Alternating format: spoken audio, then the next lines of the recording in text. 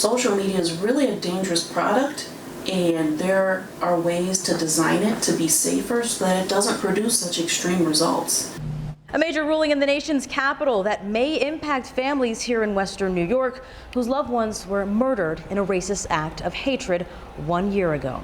Good evening, I'm Febin Casahoon. Earlier today, the Supreme Court unanimously ruling that Twitter does not have to face allegations that it fueled terrorist attacks by allowing posts from ISIS on the page. Now, tonight I sat down with two lawyers representing the families of the Jefferson 10 to see how today's ruling could impact the cases they're trying to bring against major social media companies in the wake of the Tops attack.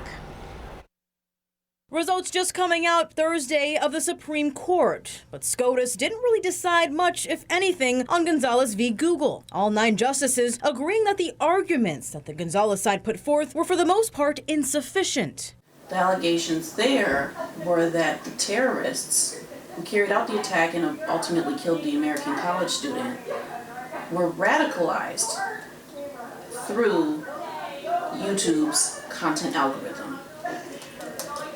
Not only that, but that YouTube profited and shared revenue with ISIS through advertisements displayed on ISIS propaganda videos. Kristen Elmore Garcia Esquire says that part of this is relevant to us in Buffalo because of Section 230, the Communications Decency Act of 1994. Why do you think they did not address that issue?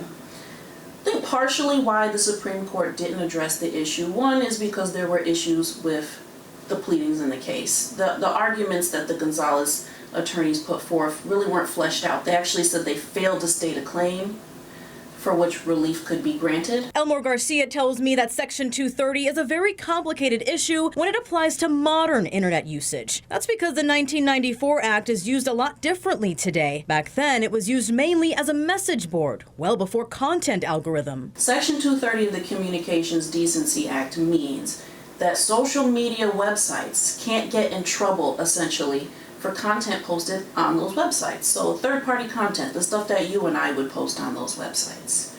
However, what made the Twitter and the Gonzalez case unique was that they were arguing that it was not just the content on YouTube, but it was that algorithm that was pushing. And that's basically what happened in Buffalo. The YouTube content algorithm recommended more extreme, more graphic content. John V. Elmore's law office represents families who suffered losses from 514. The defendant on the Tops case, the actual criminal defendant himself, and his attorneys themselves said that he was radicalized by what he saw online, that he believed what he saw online. As for Section 230, Elmore Garcia says that it's now up to Congress to update the act to fit today's society.